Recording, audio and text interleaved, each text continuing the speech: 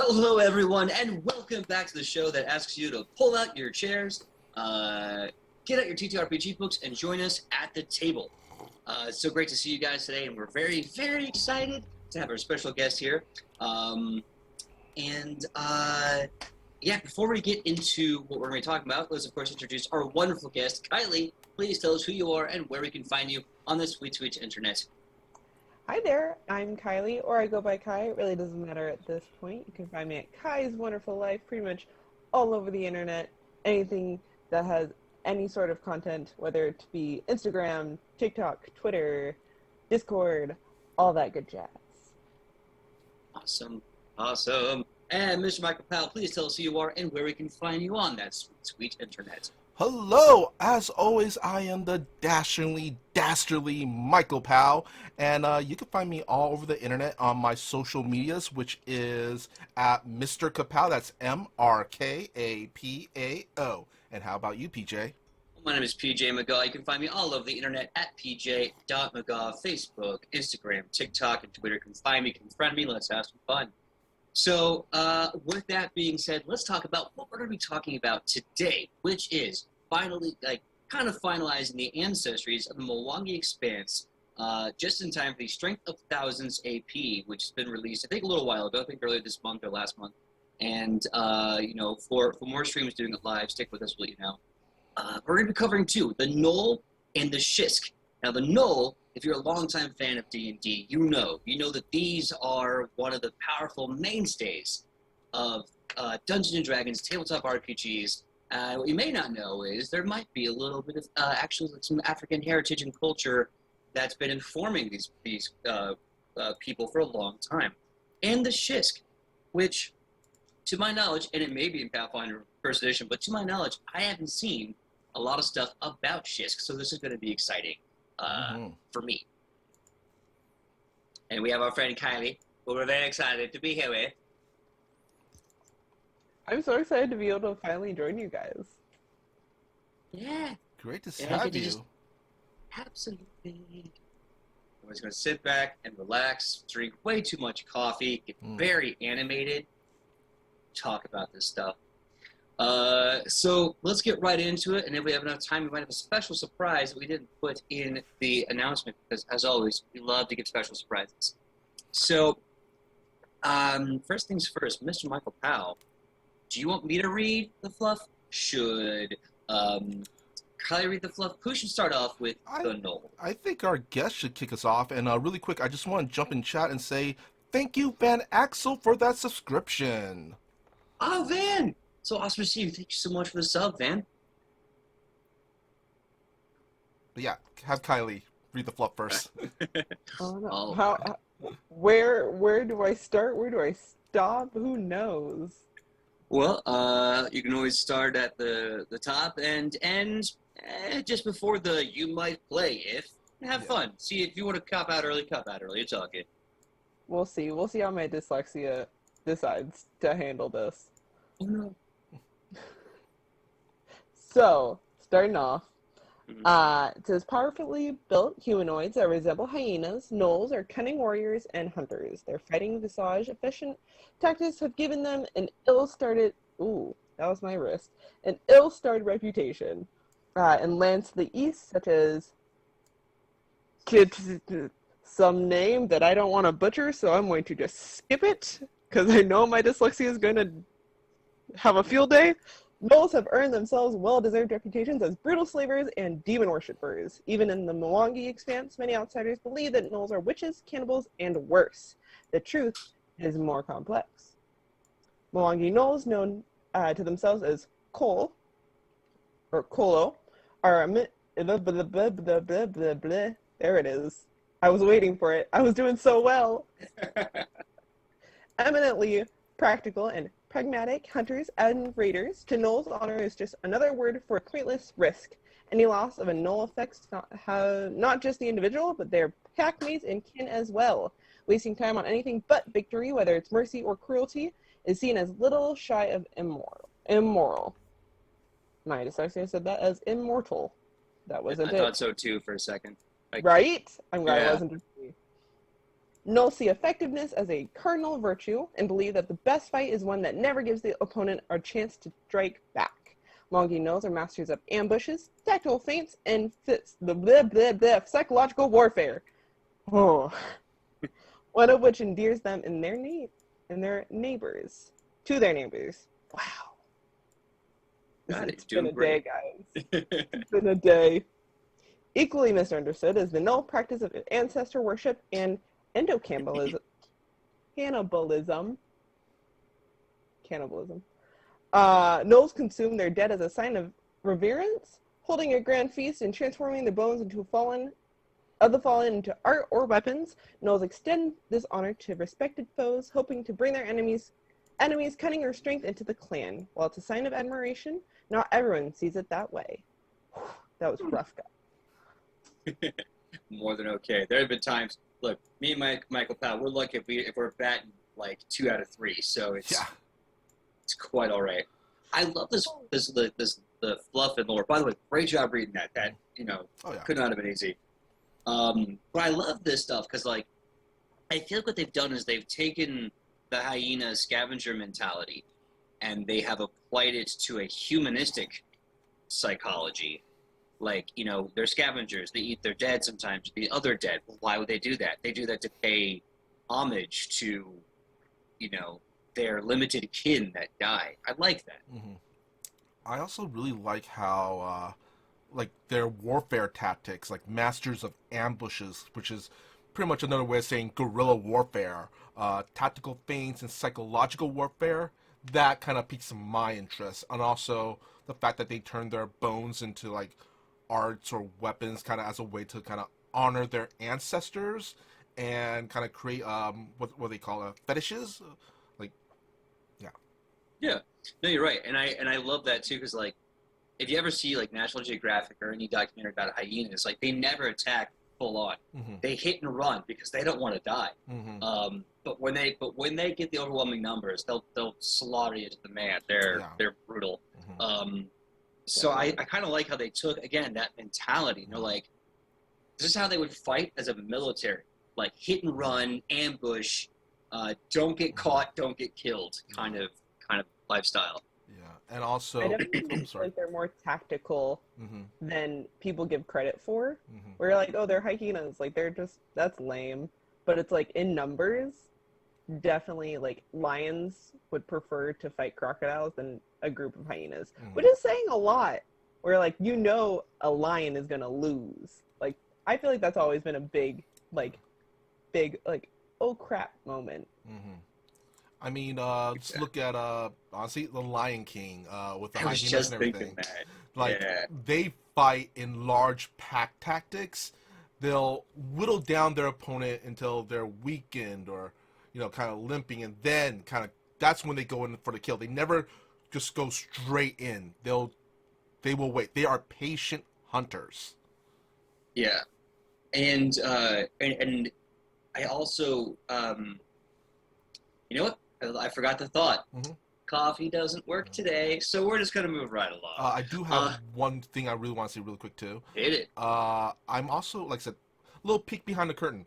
We didn't really look ahead too much when we do these deep dives. We're finding out right along with the audience, So I'm kind of curious whether or not they're structuring the Gnolls here like the Gnolls in the other game, which they're just like they have demonic ancestry. They're literally from demons. So I'm actually really curious about this. I'm really curious about that too because like I know in 5e they kind of play a lot of fast and loose with things. Like demons can be two-headed apes with tails. Well, okay, sure. So I'll be curious to see what they do, especially since this is a player choosable ancestry. And want to jump in the chat really fast. Reap Psyche says, "Trust me, Kylie, we're used to these two tripping over words. You're doing great." Then he also says, "I also have a tendency to save things for battles all the time, so I really like this. My character in Strahd collected teeth and kneecaps to use as rune bones and such. The kneecaps, though, is what worries me." Nico kneecaps. I mean, if you just drill a hole through the kneecap bones and then tie a nice sturdy rope, you got a flail. Nope. See, my problem is that I lost my right now. It's still my body, but it's basically useless in an audition for a Marvel stunt show. And ever since then, every time someone says the word knee, I just kind of flinch a little. So I'm going to be moving down to the mechanics. So if you're going to be playing a Gnoll of any kind, this is what you're going to be getting. 8 HP, medium size, 25 feet of movement. You're going to be getting 3 boosts. That's for strength, intelligence, and 1 free stat boost. You will take a penalty to wisdom, so maybe don't play a Gnoll Cleric or Gnoll Druid unless you want to. Your languages, you get Common, Gnoll, and any languages equal to your intelligence modifier, if positive. Choose from Draconic, Elven, Oruxi, Necrol, Orcish, Sylvan, or whatever else you have options for in your campaign. You have low light vision as a Gnoll, and you have Bite, which is an unarmed attack that deals 1d6 piercing damage, and they are in the Brawling group. So your jaw is basically like a short sword or a rapier. I'm just going to predict right now that there are going to be feats or at least a heritage that increases bite damage, because I watch the Animal Channel and actually quite recently saw a special on hyenas where they have really powerful jaws. They could bite through bone. That's what I was going to say. Yeah, they have insane like jaw bite strength. And one of the things, like when they attack lions, they'll like fight us around them. And the minute one of them gets a bite in, that's the death knell. That's when they all just storm the lion. And also they're scavengers, so they also eat the marrow. Oh, yeah. And you got to have strong. Now, I want to say, what was it? Hyenas are known for their laughing sound, but they've confirmed that they're not actually laughing. It's like it's a certain scavenger cry that they do. It's like chirps. Yeah, it's like a. I'm gonna butcher this. It's like. No. You know what? I'm not doing it. I'm not doing it. Don't clip that. So help me God, don't clip that. Anyway, moving on. So. That was a good attempt, though. That was good. I need to listen to more National Geographic. Anyway, so yeah, Michael's making a call. There's going to be a heritage or a feat that increases the jaw weapon. I think that's a good bet. I think there's going to be right off the bat a level 1 feat that gives you dark vision. Because if you get low light vision, there's almost always a feat that gives you dark vision. Like in Edge of Legend, our live stream show, everybody gets some sort of low light vision except for the human. Except for the human. I don't think Alona gets low light or dark vision. She does. She does. She does? Yeah. She's a half elf? Yeah. I'm the only one. We need to get a magical flashlight. I love that you get punished for being a human in a fantasy world. Like, loser. Yeah, it sucks real bad. Every time I play human, like, everyone else is some sort of, like, creature, and it's like, who's got dark vision? Everyone shoots a hand up, and there's me, and I'm like, no. I just have really good stats and nothing else. And also access to kind of broken feats. I mean, all the broken feats. Let's be honest. Humans get spoiled on feats. Oh, my God. All right. Anyway, so let's do these Gnoll heritages. Okay. Should I do the first one? Sure. Knock it out with the Ant Gnoll. All right. The first one is the Ant Gnoll. You're a sharp-featured, big-eared Gnoll, about 3 feet tall. So, tiny, small. Small. Many are skeptical that you are in fact a Gnoll. That's kind of mean. Your size is small instead of medium. You are trained in deception or another skill. If you're already trained in deception, you gain a +1 circumstance bonus to deception checks to lie when specifically claiming innocence. Once again, kind of mean. 2 deception DCs against sense motives to cover such lies, and 2 initiative checks when you roll deception for initiative. So I like this because, first of all, if you're in a weird headspace, you're like, I want to play a super strong, super fuzzy creature. Wow, coffee went everywhere. But I don't want to be a medium-sized creature for whatever reason. You still get your 25 feet of speed. You still get all your bonuses. Yeah. You're just small. Yeah, and you get a +1 to deception for everything. You're Woodward if you're a Gnoll. Woodward the Gnoll. Oh, that should be a cousin. An ant gnoll should be a cousin of Woodward. Hey, could be. Kylie, do you want to take the Great Gnoll? Go ahead. I'm still trying to find it on mine. I don't know where it went. Sure. If you go to the Gnoll details, you should look and see Gnoll feats and Gnoll heritages right at the top of that page. But while you're doing that, I'll read the Great Gnoll. You are a large, powerful Gnoll. Your tawny fur and brown spots on your hide. With tawny fur and brown spots on your hide. Man, batting out of the park. You gain 10 hit points from your ancestry instead of 8, and get a +1 bonus to athletic checks to shove or trip foes.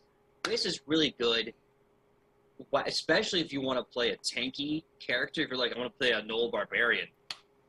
This is tremendous. Holy crap. Oh yeah. So little, but so good. Oh yeah, I love the shove and trip abilities, especially trip. Yeah. So good. Also, I was looking into the chat, and I'm saddened to see Reap Psyche said he already clipped my horrible attempt at that like curling hyena yip that they do. Mm-hmm. Yes. Oh no! We also have AO and Cow in the house. Archives of Nethys in the house. Hey, what's up, man? Hey, what's up, Archives of Nethys? Great to see you in the chat. Yeah. Love what you guys do. Also, really love how you guys finally put up the picture from the Mwangi Expanse for the new archetypes. Yeah, I love the photos. And also, I love Avenging Penguin saying, Riffo doesn't need dark vision. When he walks into the night, the dark runs away from him. Clip is in the Discord already. Man, Yes, why you really. gotta torture me with my own shenanigans? Anyway, Archives of Nethys, always awesome to see you guys in chat. Speaking of which, we're gonna take it to Kylie for the Sweet Breath Gnoll. Are you ready, Kylie? Yep. So, It you're a striped pale-furred gnoll with oddly pleasant breath, which you can use to entrance your prey. You're trained in diplomacy. You also gain a +1 circumstance bonus in checks to make an impression if the target can smell your breath. Huh. Hmm. Interesting. And what I like is that there's a feat that we're going to get to much later when we cover feats called Breath Like Honey. Yeah. I'm really curious what Breath Like Honey means. We'll get to that later. In my head, and really quick, in my head, Yeah. I'm just seeing like the Null like taking out one of those breath sprays. And I don't know why, but my brain was like, I just imagine like 2 perfume sacs like in the mouth when they talk. It smells like perfume. mm-hmm. I definitely thought like Michael, where it's like you just like pop a piece of gum. Yeah. Like the 5 commercial. Oh, or no, the Mentos commercials. Yeah. Oh my god. You guys Would it remember the be- old Mentos commercials? Oh my Would it be God. Mentos or Mentnols? As Hey, I made a pun. if I could throw something at you right now, I would. And this is where Do we're it, I dare you. guys. I'm just gonna log off. Sorry. Well, it's great having you, Kylie. I still look forward to seeing you tomorrow night. What was the other pun I was thinking? Oh yeah, instead of like, was it 5 gum? Chew 5 gum. I had a Null joke for that, but I lost it. Really quick in Probably for the chat, Reap Psyche, doesn't the darkness work for Rufa? You know what? You are technically right, and that's the best kind of right. That's right. Hush Snagglefoot, aka the Darkness. That's a good point. Well, speaking of Mr. Rufa, please, Michael, finish with the Witch Gnoll. All right, the Witch Gnoll. You're a shaggy, dark-haired gnoll capable of making truly uncanny sounds. You can cast Ghost Sound Cantrip as a occult innate spell at will. A cantrip is heightened to a spell level equal to half your level rounded up.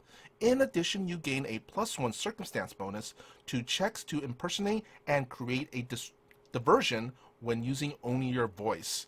And really quick, Ghost Sound is level 1 cantrip, arcane occult, 2 actions to cast, somatic and verbal, range of 30 feet, duration of sustain, and you create an auditory illusion of simple sounds that has a maximum volume equal to 4 normal humans shouting. The sounds emanate from a square you designate within range. You can't create intelligible words or other intricate sounds such as music. And then heightened third is increased to 60 feet, and at fifth, increased to 120 feet. So really good for those distractions. Very much so. My brain went right to that clip that we had made of like the sounds that a witch Null could make. So what I find interesting about this feat is it gives me a very kind of like a Wendigo kind of vibe where they can mimic other people talking and people that like you might know kind of vibe to it. And that's what my brain immediately went to was kind of this. Is that Aunt Jen? No, she should still be in Michigan. True. And we're in England. Yeah. Like that kind of vibe. Yeah. No, I definitely see what you're going for. And I like that. Because, I mean, obviously, everything here affects the build that you're creating, the character that you can make. And if you're playing the witch Null, yeah, you could play a witch Null who is an actual witch. I mean, it makes perfect sense. Yeah. But it's also really good for, like, a rogue or a bard Null. Someone who's, like, a liar, a manipulator. And you're doing it with, like, just a natural flair. Investigator. Everything makes a good investigator. Yeah. It's true. 10 out of 10. Really quick, the ability here kind of reminds me of, in those horror movies where the dumb teens that, hear something and decide to go outside of the cabin. And then the slasher just is behind them. And it does a thing. You know, it's so funny you mention that. I've been doing a lot of research for EOL. Like, I'm not the end-all be-all of this, but I found there's such an amazing, like, plethora of horror stories in African mythology centered around hyenas and or jackals. And it's kind of crazy because a lot of the myths is, like, they will look like someone you know and love and then kill you in your sleep. Or they'll, like, draw you out in the night with the voice of a loved one and then kill you and eat you in your sleep. Like, it's actually kind of scary how there's a close proximity to the mythology that this represents. But that being said, why don't we click on the Null feats and we'll get started with the most fun, reading D's long-ass feat lists. Well, the first one's not that bad. Well, the first one's easy. It's called Crunch. And if you don't mind, I will take this away. Crunch, level 1 feat. Your jaws can crush bone and bite through armor. Your jaws, unarmed attack, deals 1d8 piercing damage instead of 1d6 and gains the grapple trait. Didn't I say? You called it, and holy crap, is it good. Your natural weapon is more powerful than, like, most monk natural abilities. Yeah. And it's not even what you're using to... this is your last-ditch weapon, and it's better than most weapons. Dude, just use... make a Gnoll barbarian with a grapple build. Yeah. With, what do you call it? The giant instinct. Maybe. I think the giant instinct does give a butt ton of damage bonuses, but I think you have to have a weapon. I don't know. Please, correct me. Is Adam Generator here? Adam, correct me. I need you. Or then Fury. Just, grapple, just get really angry. Ooh, hurt up big time. Kylie, are you ready for Gnoll Lore? Yeah, bring it on. All right, read it. All right. You paid attention to your senior hunters to learn their tricks. You gain the trained proficiency rank in stealth and survival. If you could automatically become trained in one of these skills from your background or class, for example, you instead become trained in a skill of your choice. You also become trained in Gnoll Lore. Nice. 2 free proficiencies, always good, and to get niche lore, always good. I don't know how it's going to come in handy, but if it's free niche lore, I'll take it, right? Yeah. True. And stealth and survival, those are 2 skills that you're probably going to end up using a lot, especially if you're going to be doing a kind of a wilderness campaign. Yeah, absolutely. Also, going to the chat again, Van, thank you so much for giving the subs out. Waffle Maple Syrup and AONKAO. Our cousin at this cow. Really awesome to see all the love you guys are giving us in the chat today. I guess next up is Null Weapon Familiarity. Yeah. I guess I'll take that one, which is a level 1 feat. You are taught to be a hunter and a raider. You are trained with flails, Kerpashes? Kopesh. Yeah. Kopeshes? Yeah. Mabellis? Spears? Mabellis? Mabellis? We'll go for that for now. Yeah. Spears and war flails. Oh, war flails. Oh, those are weapons I always want to build a character around because they are sick. I'm still in love with the fact that someone can fight for 1d8 damage. I can't handle it, guys. TJ's mind is so blown right now. It's so blown, you guys. And you get grapple, and you get the other one. And the other one that does the thing. Yeah. You know, the thing. You guys are super cereal right now. Also, I keep spilling like my coffee. I have this giant mug with like walls, like a fortification. And somehow it's still spilling coffee. There's like no coffee even left to spill. Anyway, Hyena Familiar.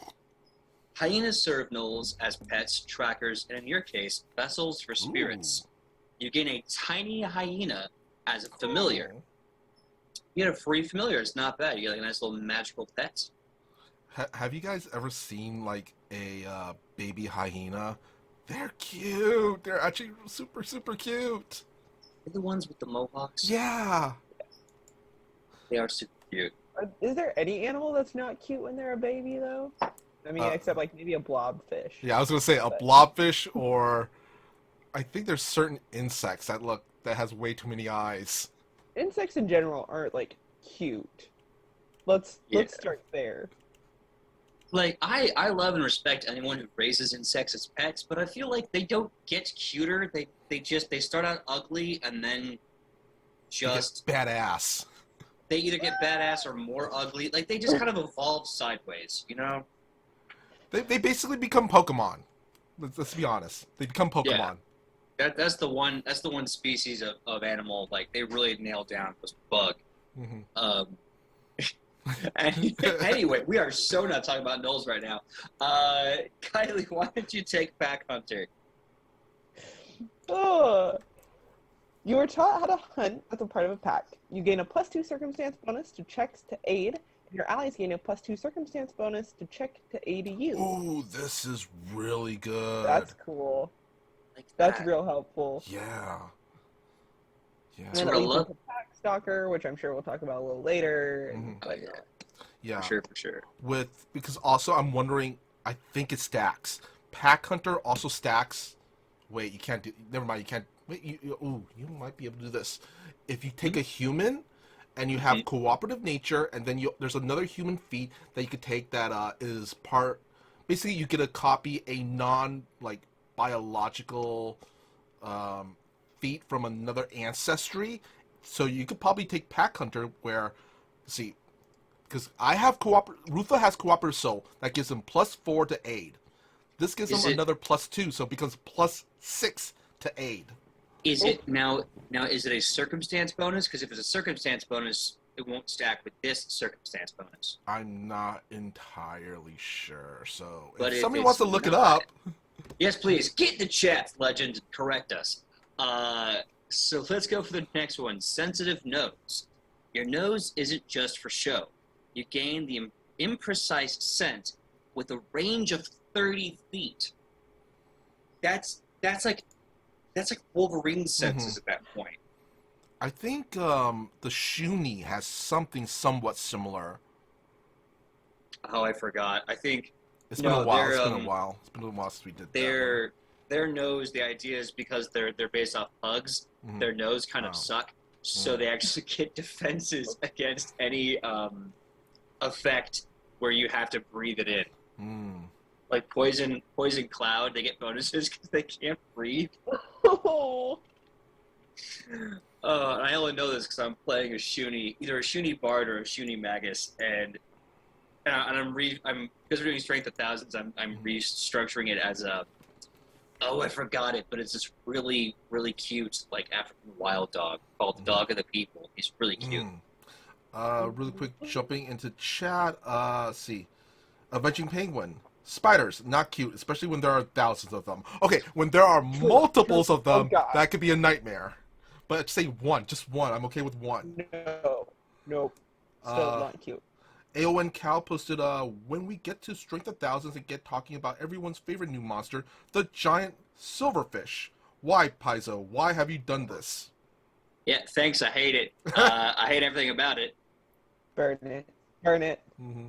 And Reap Psyche posted, speaking of hyena pups, apparently they get affected by a special form of the mind-altering parasite toxoplasmosis that makes them not fear lions like they should.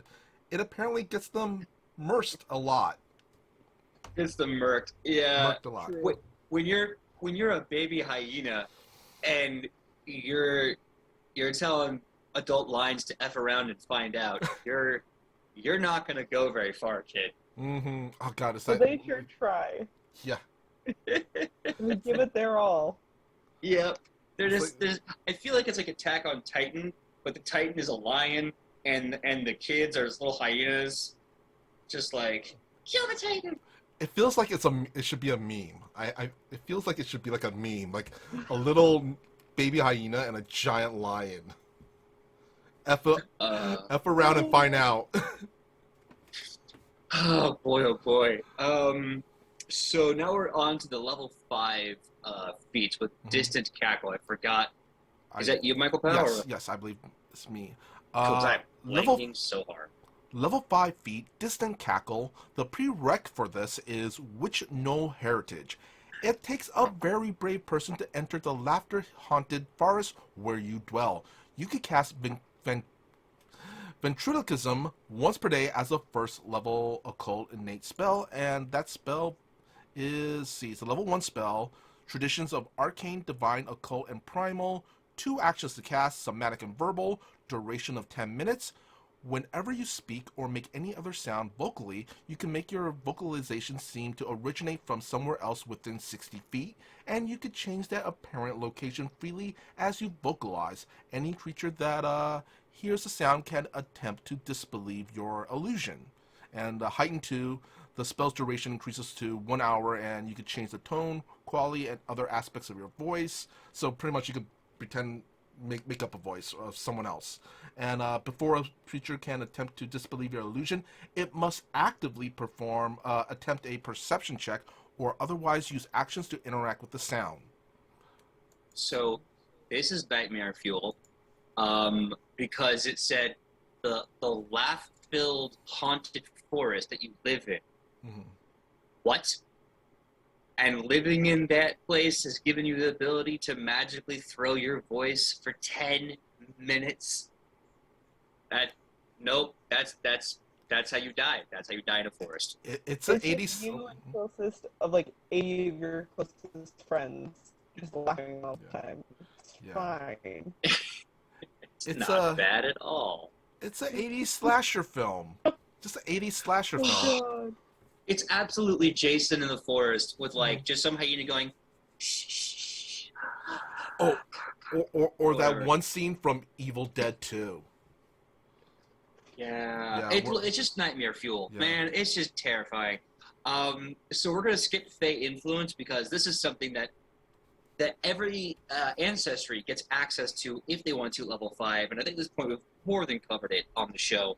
If you really wonder what it is, it's not bad. It gives you a primal magic access and a few spells and a primal spell DC. It's not bad if you want to diversify your portfolio. But moving right along, Gnoll Weapon Practicality? That's different. Kylie, are you ready for Gnoll Weapon Practicality? Yeah. So whenever you critically hit using flails, cups, I don't know what that word is. I don't know what that word is either. Spears or war flails, you apply the weapon's critical specialization effect. Let's take a look. So the KHO, that's the Kopesh. It's kind of like that Egyptian sword that's got the crook in it. Yeah. Could have fooled me. It's quite all right. I only know this because I'm a giant nerd who likes swords. I'm like that guy who's like, while you were out being popular, I was studying the blade.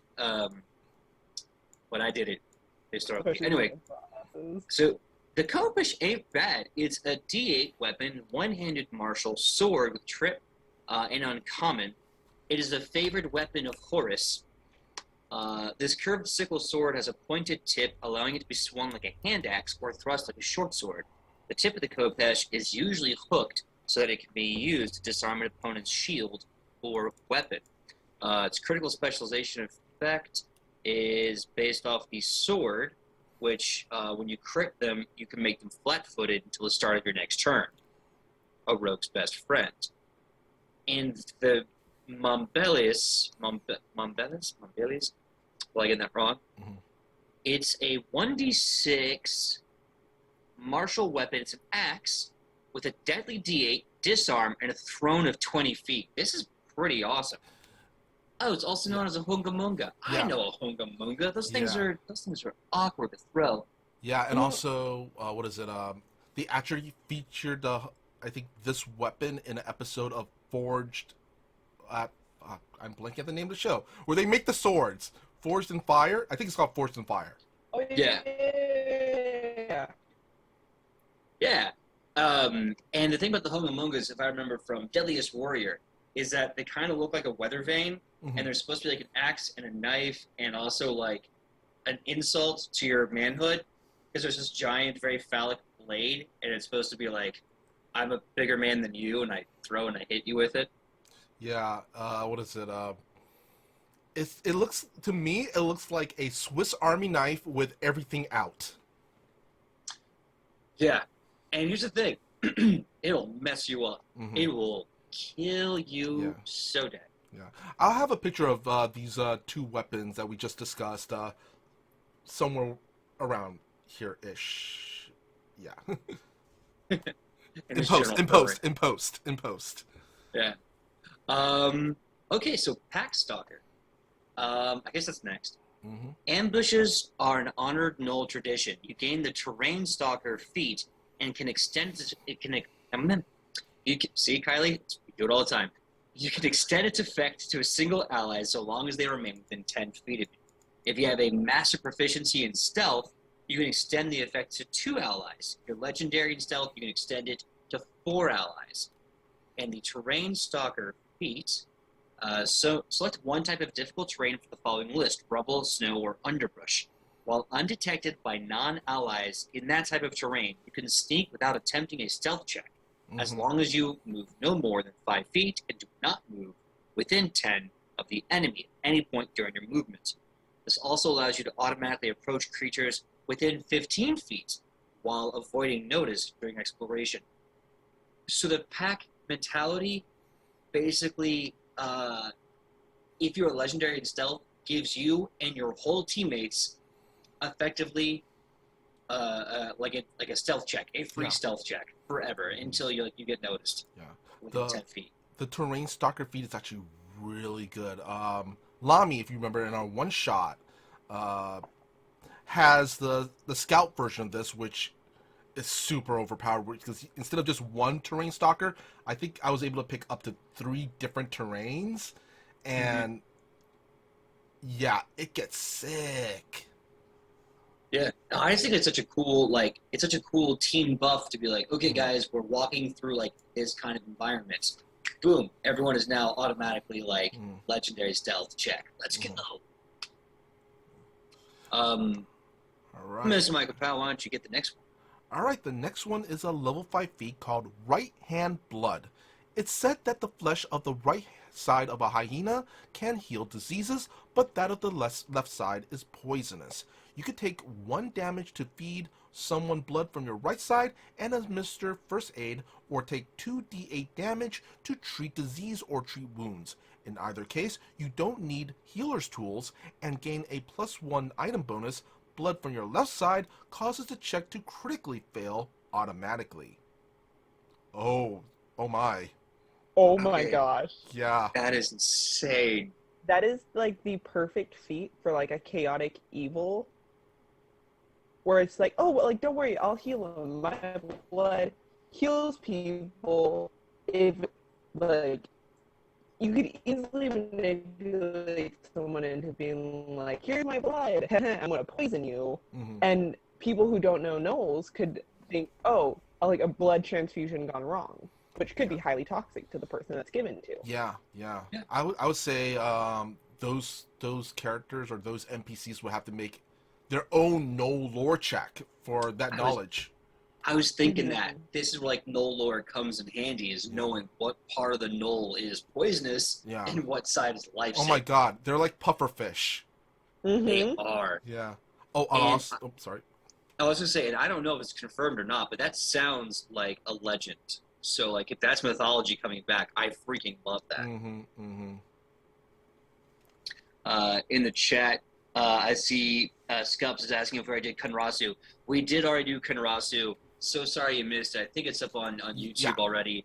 And they are bonkers good. Like, 10 HP out the gate. One of the best natural healers I've ever seen.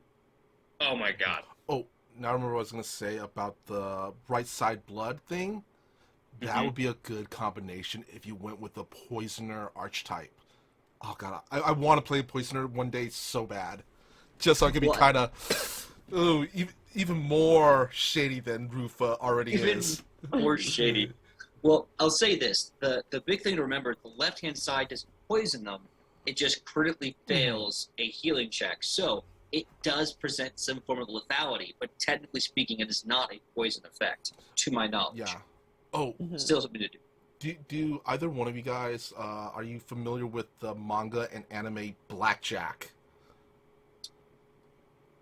It's the rogue doctor with a scar across his face. Yeah, I've seen the pictures. I know very little about it, though. Yeah, I can see a character kind of like that with that feat. Oh, okay. Yeah. Yeah, I can see that. Yeah. Definitely. Like a blackjack hyena. Next yeah. All right, Kylie, so you had sweet breath. Now let's do the breath like honey. Bring it on. All right. So, you smell honey and savory things. You can cast Enthrall as a 3rd level and make spell once per day, except this spell has a range of 30 feet and is in the entry instead of the entry. Target don't gain any circumstance bonus for disagreeing with you. Your circumstance bonus to checks to make an impression if the target can smell your breath increases to +2. Which is really cool. I'm not gonna lie. Let's see here. 30 feet inhale trait instead of the auditory trait. That is really cool. Targets don't get any circumstance bonus for disagreeing. The fact that they don't get any bonuses for disagreeing with you is very powerful. Yeah. And looking at the enthrall spell, like your words fascinate your targets. You speak or sing without interruption. Target blah blah blah. So you don't have to say anything. You just stink around them, and they fall in love with you. Yeah, I'm kind of reminded of Poison Ivy's pheromone ability, except instead of coming off of her body, it's just her talking coming out of her breath. See, I definitely can see like a bard, but someone who's like does poetry, and that's how they captivate their audience. I like that a lot too. Or swashbuckler type character. Yeah. Sword fighting like a gnoll with like a pirate hat on. Yeah. Oh, that would be so dope. What's his name? Kind of like that fight scene in Princess Bride with the big fight scene. Inigo Montoya? Yeah, and Dread Pirate Roberts. Yeah. They talk a lot in those swashbuckler. Actually, in almost any swashbuckler movie, they talk a lot when they fight. Look, if you're gonna be smart and good at sword fighting, you gotta do both. Be witty. Yeah. So if you have breath like honey, that just helps. Here's a weird throwback. Do y'all remember the cartoon show Tailspin? Yes. Do you remember? No. So you know the Jungle Book, right? Right. Cartoon. Yeah. So the Jungle Book, the cartoon movie. They decided to take that movie and put it into some weird, like Trader Sam's Tiki Huts meets some sort of like steampunk floating city jungle world.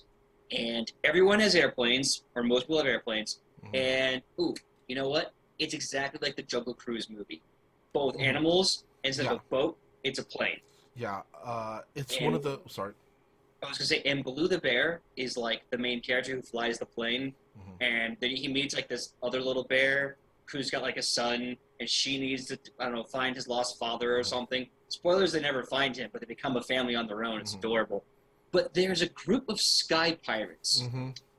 And I want to say the leader is a hyena named, like, Canard or something? No. It's a coyote, and his name is Don Carnage.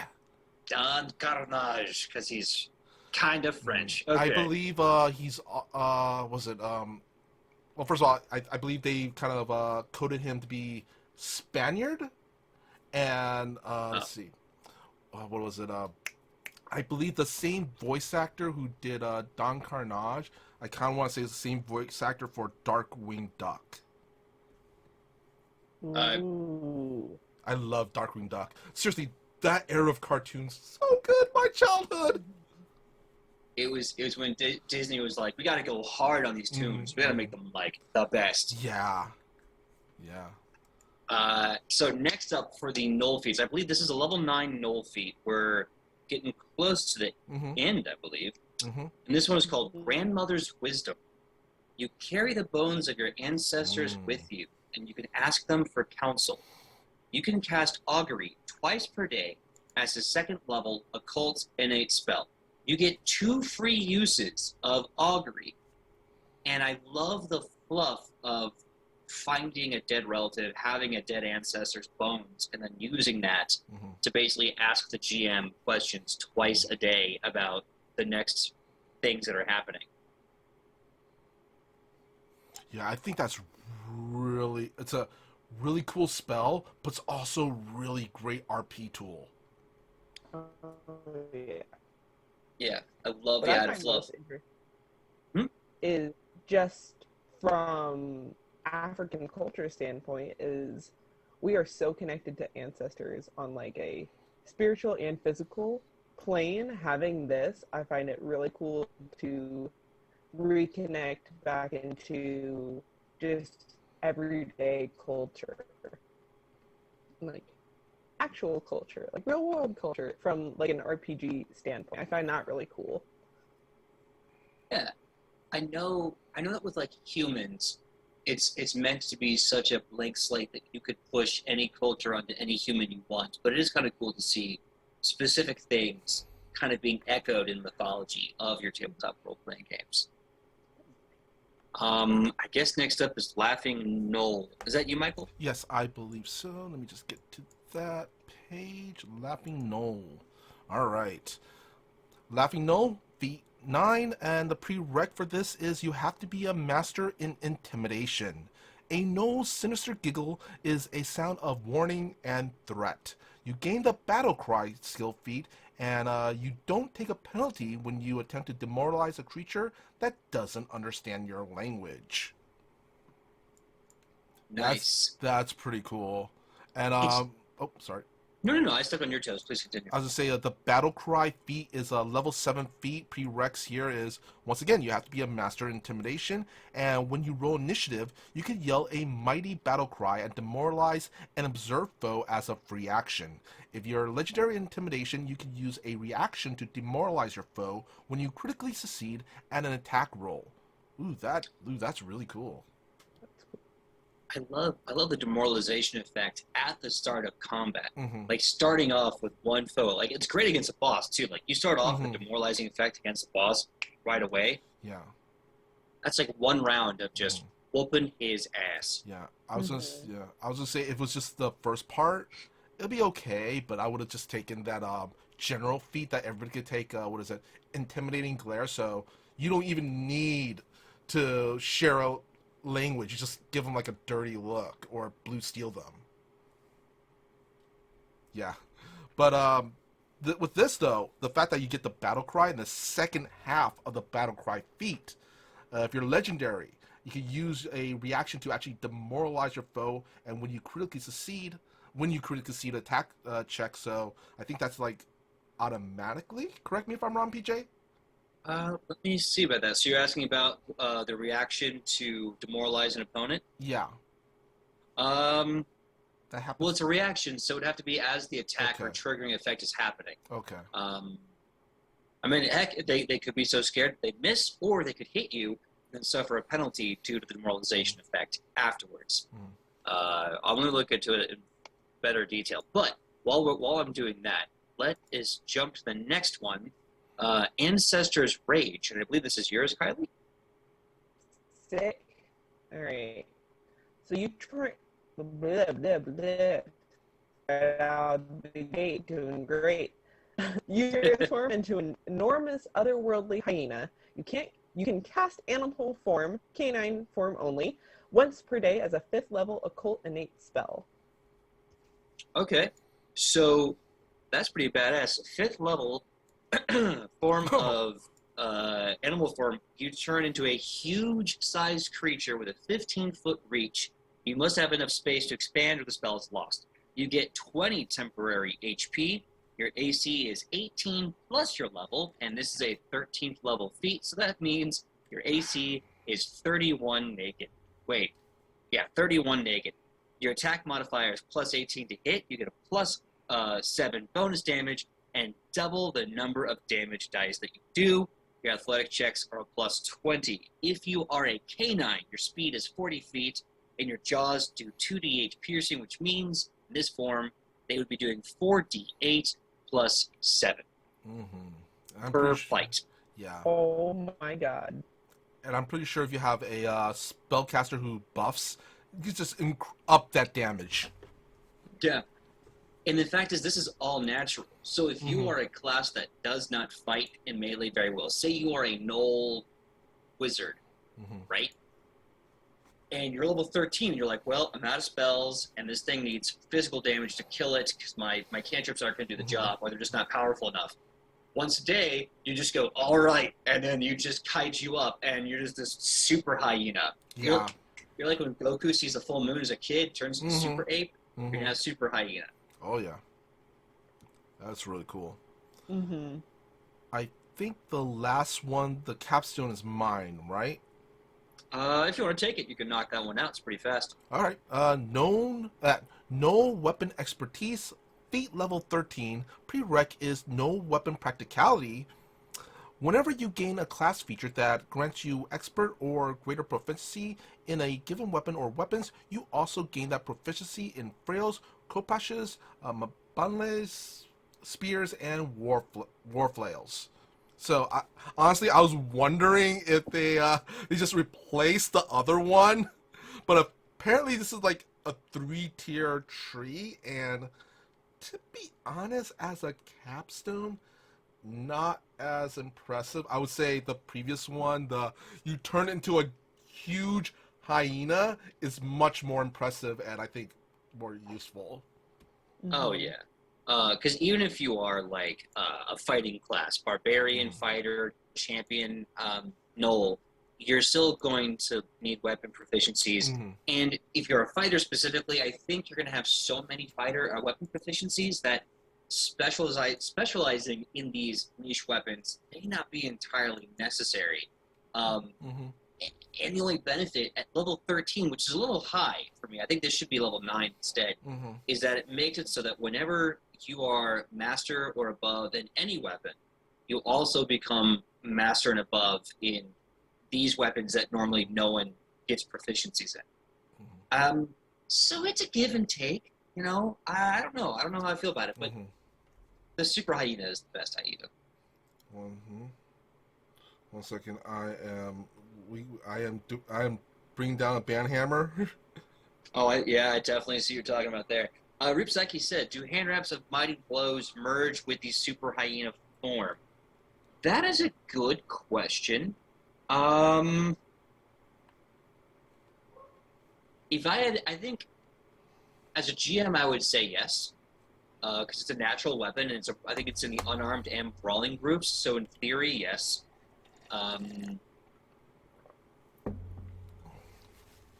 Yeah, I think it would. If I'm wrong, please correct me. My GM call says yes. What does your GM call say? Honestly, I would say yes as well. I mean, if you have to, I'll just say, okay, you unwrap your thing around your fist and, I don't know, turn it into like a scarf. There. That's how I'll explain it. You wear it like a dog collar? No, Yeah. That's like a scarf. like a dog collar, like a head wrap. Or you know how some dogs wear, like a little handkerchief, like Little bandana. little bandana. Yeah. Yeah. Mm-hmm. Yeah. All right. Well. Honestly, Hmm?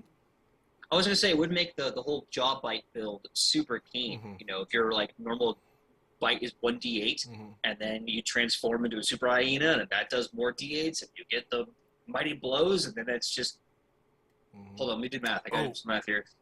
You have a full striking that's 4d8, and that becomes I have a question. Actually, chat, if you might be able to help.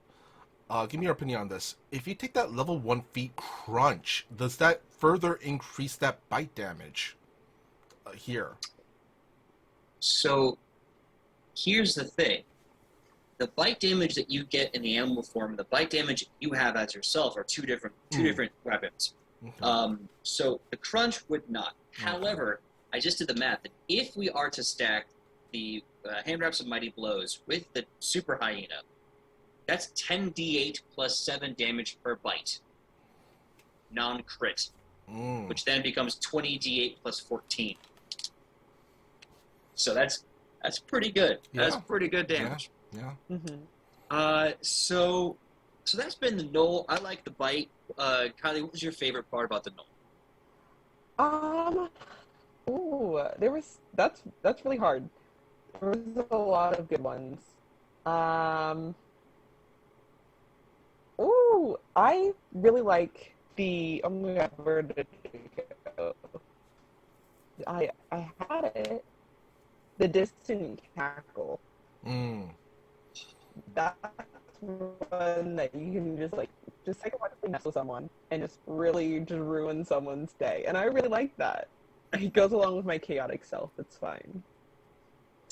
Yeah, I can definitely see like the nightmare fuel aspect of that. The How heart. about you, Michael? Yeah, the slasher movie. Yeah. Yeah, I kind of like that right side blood thing. I thought that was just super interesting. You know. Uh, it's funny you mention that because checking into the chat, AON Cow definitely confirmed like the right side, left side, and the cackling. All these were deep cuts in Mhm. hyena mythology in Africa. So like That's cool. confirmed, it's super cool. Yeah. Oh, and also really like the fact that you could turn also what you could carry the bones of your ancestors and use them to kind of give you advice. You know. Yeah, I love that. So next up, we're going to be talking about the Shisk. So we're going to be changing focuses to another ancestry. I think Now, Kylie was about to say something. oh, I am so sorry, Kai. I did not mean to step on you. I'm sorry. No, you're all good. I was just gonna say like the talking with the bones is again like really like African culture where I'm like you just literally like shuffle bones around and you're like speak to me. Drink water today. Got it. Yeah. I think it's the position of the bones and all that stuff, right? Yeah. And like what That's side they're on, what part the light touches, or like parts that are lighter than others. Yeah. That's meaning. Yeah. And I think I watched the thing once where it says if any of the bones break while you do that, that's like really bad luck or something. Right? If that doesn't tell you anything of me, my just mumbles, I can't tell you anything else. Like, ooh. All right. I think we should move on to our second ancestry here. Absolutely. Now we're hitting up the Shisk. So changing things over to the Shisk really fast. The last one we covered, that's you. The last one that we covered, I believe, was an uncommon heritage. This is a rare heritage. So before choosing this for a game, ask your GM, do I want to play Shisk? Is that okay? Because either it won't work in their campaign setting, or it may throw off the balance of the party, or whatever. And the Shisk lore here, the fluff, that Shisks are secretive mountain dwellers, bone-feathered humanoids who lurk underground in dark tunnels and caverns. Their fascination with collecting and protecting esoteric knowledge is one of the few things that can persuade them to explore the outside world. Shisks rarely encounter other peoples, even in the Mwangi Expanse. Shisks subsist on low-calorie diets of vegetables and insects, causing them to rarely compete with others for resources or seek out people for trade. They have a tight-knit society, wary of outsiders, though they don't outright attack visitors. Their history is passed down verbally and musically, and they rarely maintain written records in order to keep their knowledge safe. Often, the only proof that Shisks exist comes from explorers finding signs of their architecture, organic and low-impact adobe buildings carved out of mountains, rather than built atop them. That's cool. I had to really make sure I could say Shisks exist and not just... Do you guys see the two Shisk image on the side there? They look...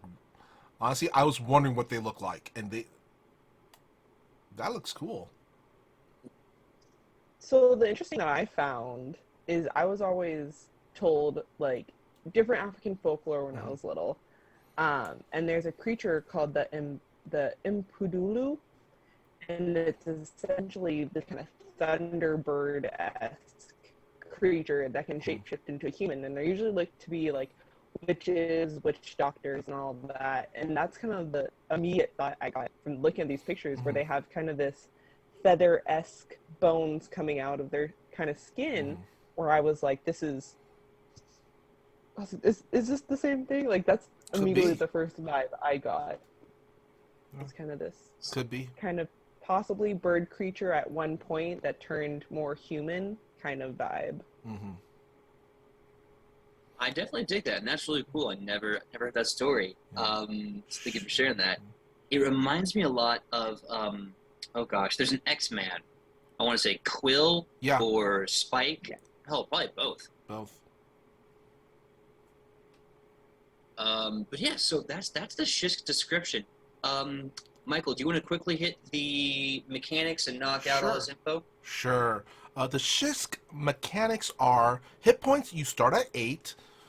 Size medium. Speed 25 feet. Ability boost, intelligence, and free. Languages are Mwangi, Shisk. Additional language equals to your intelligence modifier if positive. Choose from any common language and any other languages which you have access, such as the languages prevalent in your region. And they have dark vision. You can see in the darkness and dim light, as well as you can see in bright light. Through your vision in darkness is black and white. Finally, a human ancestry that's got friggin' dark vision. Humanoid.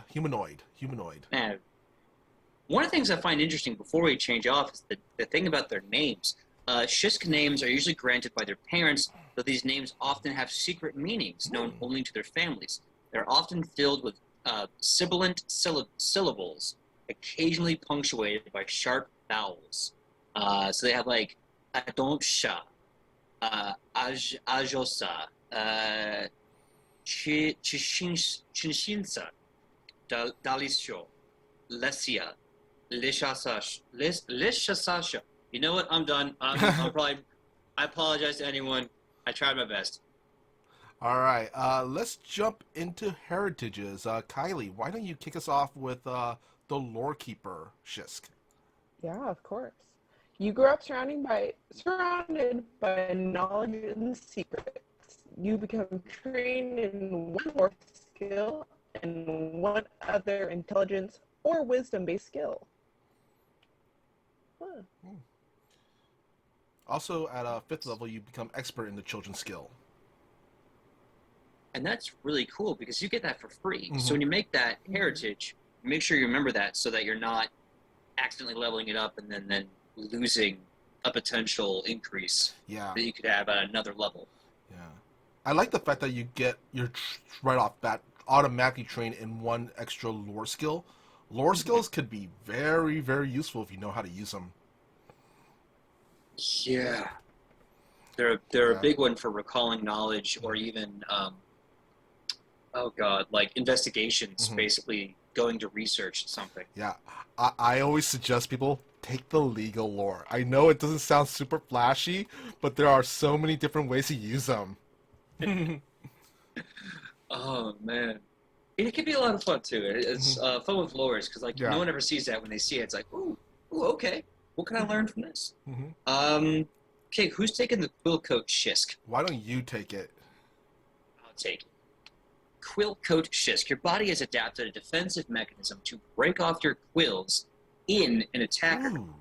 allowing you to defend yourself against aggressive predators. Though it takes a while for the quills to grow back, you gain the Barbed Quills reaction. Barbed Quills reaction. Once a day, you are hit with an unarmed strike or a strike with a non-reach melee weapon. So you have to get up to that melee combat. You break off quills in your attacker's flesh. You deal 1d8 piercing damage to the triggering creature. Basic reflex save using your class DC or spell DC, whichever is higher. On a critical failure, the creature also takes 1d4 persistent bleed damage as your quills hook into its flesh. Ooh. At 3rd level, and for every 2 levels thereafter, this damage increased by 1d8, and the persistent piercing damage is increased by 1. Mm-hmm. Ooh. So at level 20, if you take this feat, if someone hits you, they have to make a basic reflex save or take 10d8 piercing damage, and then take 1d4 plus 10 persistent bleed. That's really nice. There's 2 things I want to say about this. One thing is, if you take Quill Coat Shisk, take the Poisoner Archetype. Just poison your quills. Just poison up your quills. Just become a porcupine, a poison porcupine. And the second, it kind of reminds me of, I forgot, it's either a sci-fi show or a fantasy show. It's either, I want to say, Farscape or Beastmaster. There was a character in one of the episodes which were the character's face. She had kind of a hooked bird-like face, but she had these quills all over the sides of her face and her down her arms. That's what the vibe I'm getting. Ooh. I wish I could remember. That sounds intense. But no, I just love the fact that this thing does free damage and was it a guaranteed minimum of 11 the 11 free damage every round until it recover? Does it say it has to be a unarmed attack or just any attack? It's an unarmed strike or a strike with a non-reach melee weapon. Mm-hmm. So if they run up to you and they hit you, just hit them with the quills. Then if you're fighting against them, make sure you have a long-range weapon or something like a spear. Fine. True. Yeah. All right, who's getting the Spellkeeper Shisk? I believe that is me. All right. The Spellkeeper Shisk. Your magical knowledge allows you to cast simple spells. Choose Occult or Primal. You gain 1 cantrip from that magical tradition spell list. You can cast a spell as an innate spell at will. As a spell of your chosen tradition, a cantrip is heightened to a spell level equal to half your level, rounded up. So, free magic is always good magic. Absolutely. Free magic, best magic. I like this. So you get to choose from Occult or Primal, and you just get a cantrip from that list. That's pretty good. Yeah. It's pretty. You can't go wrong with that. Mm-hmm. Especially if you're a fighter or a non-magic casting class, and you get acid splash or whatever. Mm-hmm. So you're fighting. You're like, you know what? Bleh. Yeah. And then you just move on. And that's pretty nice. Yeah, rogues and investigators, they benefit a lot from these the occult cantrips actually. Mm-hmm. Big time. Yeah. Days and all those others. Mm-hmm. Yeah. Oh, I love Days. Kylie, why don't you take Stone Step Shisk? I would love to. Navigating mountains and other rocky terrain is second nature to you. You can ignore non-magical difficult terrain caused by rubble and uneven ground made of stone and earth. Not bad. So it kind of completely nopes around rocky terrain. So mountain climbing's probably easier to you than moving through broken earth would be very easy. I would even say it doesn't have to be on the mountains. It could be through underground. I think it would be also, at least as a GM, I would rule it. Yeah, if you're going under the mountain or underground, this would also be useful, but it's also very niche. It's circumstantial. Mm-hmm. Yeah, I can definitely see that. Absolutely. I think last up is Strong Gut Shisk. That's me, right? Yes. All right. Your metabolism is slow, allowing you to go for days without food and process maladies at a slower rate. You can go for 1 week without food before you begin to starve. Additionally, the onset times and lengths of stages for all diseases and poisons that you are affected by increase by 50%. If the onset time or stage is instant or lasts only 1 round, then this ability has no effect. So that's kind of a weird, like, it's great for survival games where, like, you're going through the jungle of Azmokan and you don't have to worry about food checks for a week. Awesome. But then if the disease or poison effect is instant or 1 round and this doesn't do anything to help you, that's be like a multi-stage effect spell, basically. I think you said it right there. It's great for survival games, and if you're doing like a survival game and you get poison, typically those poisons usually are multi-stages, and that helps. Yeah. Diseases for sure are multi-stages, and they can be really nasty too. I think I've seen like stage 1 disease, like you get this penalty. Stage 2 disease, you get both penalties, and like usually like stage 4 or stage 5, it's like you're dead. Yeah. You're just dead. No saves. Goodbye. Rufa got Orkto during one of our games. Yeah. I remember that. The fight on the boat, they got a bad case of Orkto. Yeah. All right. Now I believe we are jumping over to the feats, and I believe I am taking the first feat. Am I right? Yes, sir.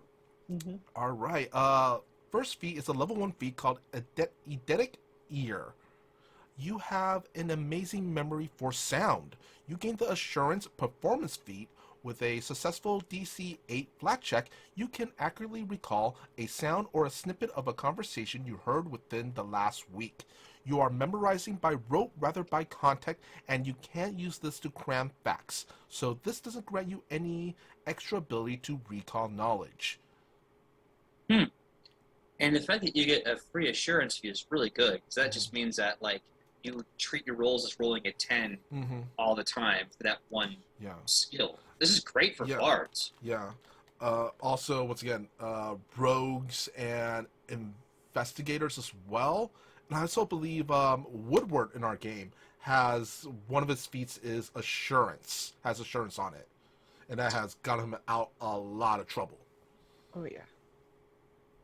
I always feel like that's something to just keep in your back pocket. Like, yes, assurance in case my dice decide to runs. Yeah. You're like, I can't roll high, but I have a large bonus. I'm just gonna take the assurance and just nope. Take a knee. Just take a knee. Just take a knee. All right. Next up is Shisk Lore. I think is that Kylie or me? I always forget. I think that's Kylie. I don't remember anymore, so. It's been a day. That it has. Alright. You hoard knowledge like a dragon hoards gold. You gain the Trained? Proficiency rank in 3 lore skills of your choice. You also become trained in the Shisk Lore.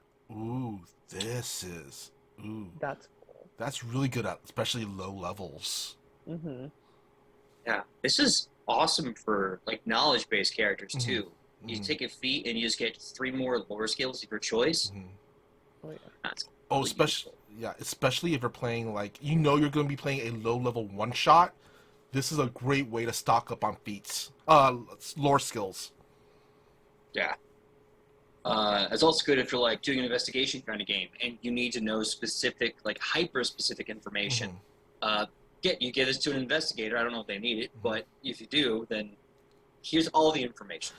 Like I said, go ahead, Michael. So sorry. I stepped on your toes. You go ahead first. It's all good. I definitely feel like this is something like if you're a cleric, kind of like Alona in our Wednesday game, who's been trapped in a castle for years on years, where all you've done is just learn and learn. I feel like that's a really good skill to kind of be like, I have all this knowledge, and this is why. When you have all of these lore skills, where you're like, oh, I've read I've read all this and I've learned and I've researched, and it gives you, if you're locked in a tower, all this time to learn as you go, kind of thing. Yeah. If you're cloistered, if you've been cloistered long enough, I think kind of what we've been through in real world. We all now have a free archetype cloistered cleric because you spent all that time. Really quick, I wanted to say my suggestions for skills to kind of stock up on would be legal lore, warfare lore, and underworld lore. Just a little biased, that's all. No. So the next feat is Spelunker. And I like this because I just imagine a bunch of Shisk, like, with a rope just going through the cave. Living underground, you have learned to find your way without landmarks or even solid ground. If you roll a success on a survival check to sense direction or an athletic check to climb, you get a critical success instead. You are not flat-footed when you attempt to climb. So this is really cool. I like that you get at level 1 an ability that makes you crit anytime you roll a success on athletics or climb or survival. Yeah. Granted, it's specific, but it's still really good. Also, this feat should also automatically come with a little pickaxe and one of those miner's helmet with a little, little light up front. Mm-hmm. Do you get dark vision if you? Well, yeah, because Shisk have dark vision. So I guess I don't need that lantern. Well, if you're a human and you take that special skill where you could special feat where you could take feats from other ancestries, then yeah. Maybe that's how your dark vision manifests, is a little lantern on your head. Rufa gets a new hat. That's how he gets dark vision. He gets a Spelunker helmet. One as fabulous as him, complete with its own spotlight. Yes! Alright, why don't we take the Spine Stabber? Because I'm excited for the Piercing Quill update. I believe that is me. It's a level 1 feat, Spine Stabber. The quills on your arms are particularly sharp and sturdy. You gain a Quills unarmed attack that deals 1d6 damage, piercing, and your quills are in the knife weapon group and have the finesse and unarmed straights. Ooh, this is really good if you go monk. This is better than an actual dagger. A dagger is, I think, only a d4 piercing. This does more damage. You can't throw it, but your reaction once a day, though, is still way better than a dagger or what a dagger can do. You're basically Wolverine. Yep. Snicked, bub. Yeah. Snick. Oh, God. What is it?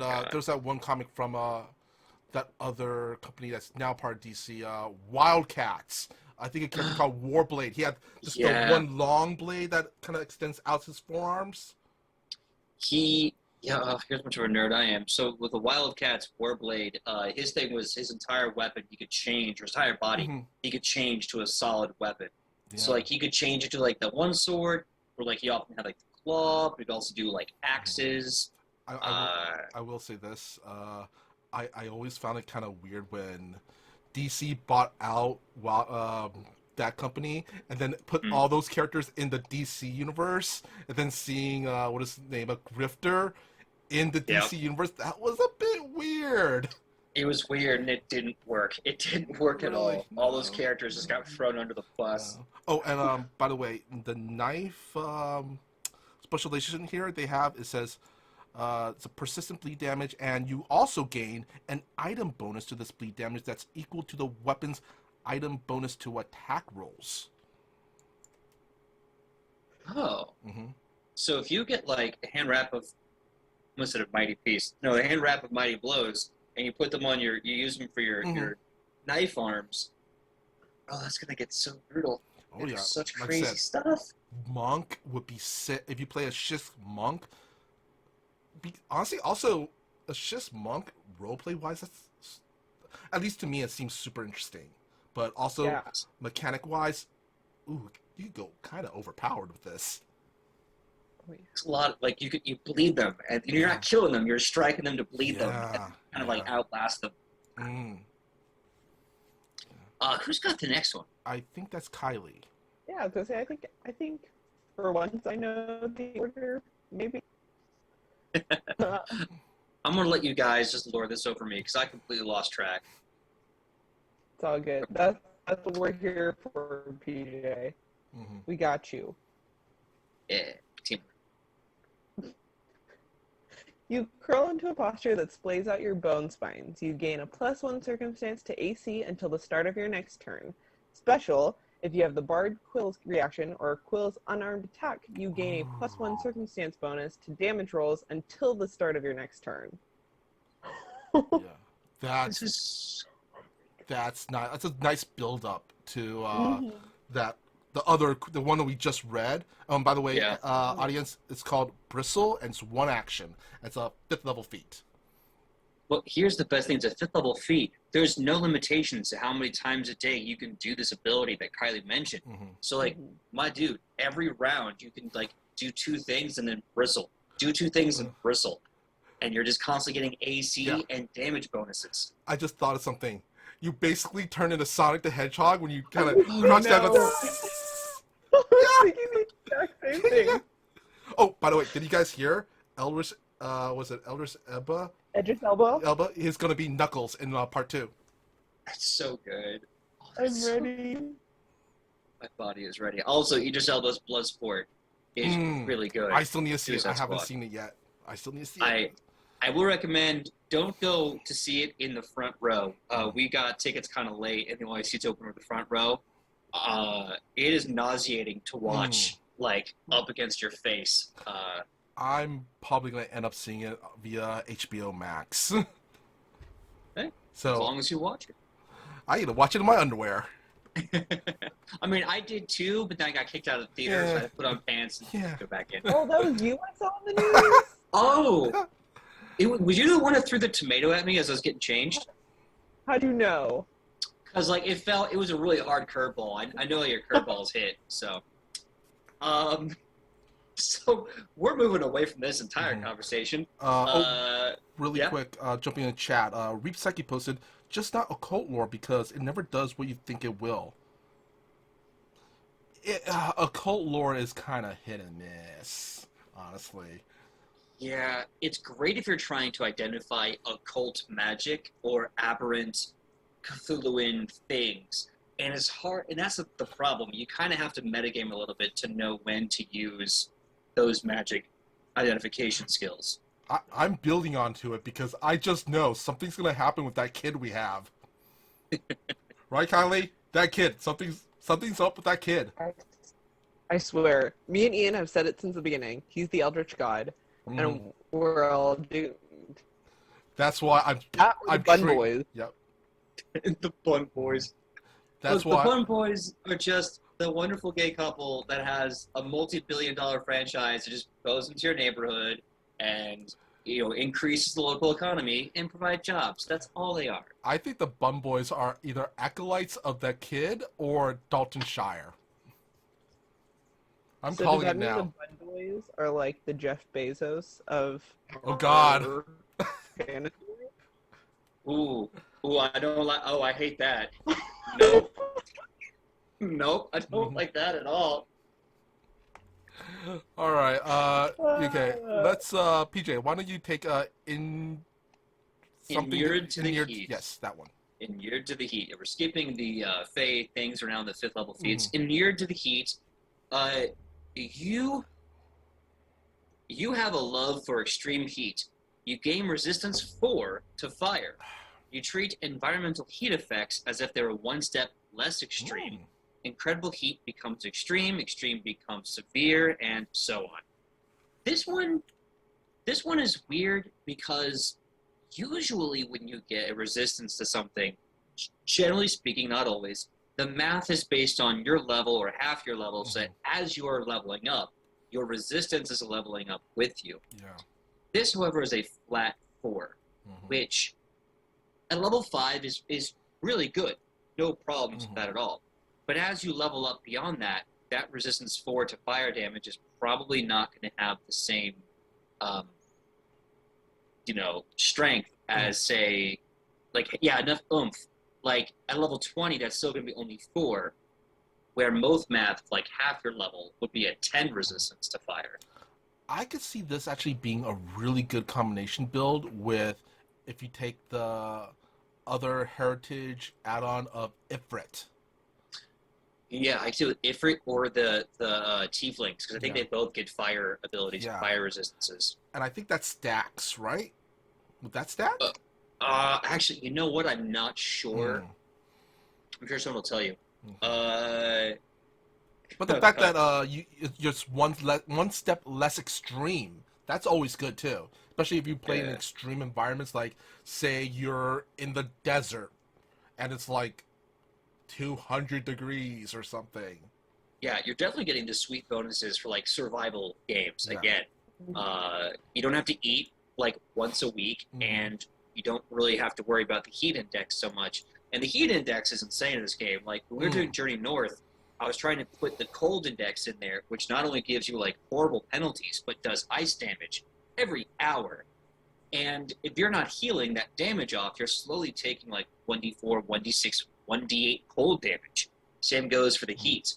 PJ, I got a question for you. Because this is from the other system. It's kind of the same where you take this insane persistent cold damage, but only if you're not wearing any warm clothing. Is that the same in Pathfinder? Similar and different. Depending on the intensity of the condition, there are different conditions you have to meet in order to survive. Like, for example, if you wear a coat in intense cold, it's probably not going to completely remove the elements from you. But you can bundle up, you can have heat, you can do all those things, and they will, I believe, negate the penalties. So, run around naked in the desert. Gotcha. Pretty much. Okay, so again, totally lost. Is this Michael or Kylie doing the next Kylie, feat? you would be. I think Kylie's taking the next Oh, one, I right? thought you were next. Oh, I am? Okay, okay. You know what? I'll go next then. I'll go next. Level 5 feat called Renewing Quills. The prereq for this is Quill Coat Shisk Heritage. Your spines grow back faster than other Shisk. You can use the Barb Quill reaction once every 10 minutes. Ooh. This is good. It's really good. It used to be once a day. Now it's once every fight. Oh yeah, once a fight. Amazing. Yeah. Oh, I'm envisioning kind of, you know how Wolverine, when he lost the metal on his claws, it became just the bone claws, and when he breaks it, while he has the healing factor, it grows up super fast. This kind of acts like that, except just a little bit slower. Yeah, it's so good. The Quill build is such a good build. So I think Kylie's taking the next one then, which is the Dig Up Seeker. Yes. Cool. You are an endless well of knowledge and can remember several vital pieces of information at once. You can pass hypercognition as an innate occult spell once per day. Okay. Hypercognition is a level 3 spell that allows you to instantly use 6 recall knowledge actions as part of casting this spell, which is a 1 action cost. For these actions, you can't use any special abilities, reactions, or free actions that trigger when you recall knowledge. So for 1 of your 3 actions, you can basically use 6 recall knowledge abilities. Yeah, this is it basically turns anybody casting this into an investigator on steroids, and if you're an investigator already, I don't know what the next level of investigator on steroids is, but it's that. Yo, I'm just seeing an investigator now, like taking mind steroids, just like. No. It's like. What do you know? I know everything now. It's an investigator cramming, and he's like chugging both. One hand Red Bulls, the other hand monsters. So like, study, in a library. I see the signs. I see God. The numbers everywhere. You're Fry. You become Fry from Futurama when he drinks 100 cups of coffee. I get such like Charles Xavier vibes for just like knowing just everything just from this 1 feat. I super love that too. There's a feat that investigators can get, a new one, level 20, called All the Time in the World, and they basically they take an entire turn up to get 9 total. So it's like hypercognition 1.5. So it's super Professor X at that point. And you could also, what I love about it is, you could project a mental image of yourself in that moment to look at study stuff from every angle. Mm-hmm. Yeah. Really quick, jumping in the chat. Let's see. Reef Psyche posted, if anyone's going to be a Bezos allegory, it's Rufa. I mean, if Rufa goes to space, Yeah. And Reap Psyche also posted, naked in the desert is less effective than running around in light cotton clothing in the desert. Even more so if you make it damp. Take it from a burner. Yeah. That makes sense. So, weird story about me.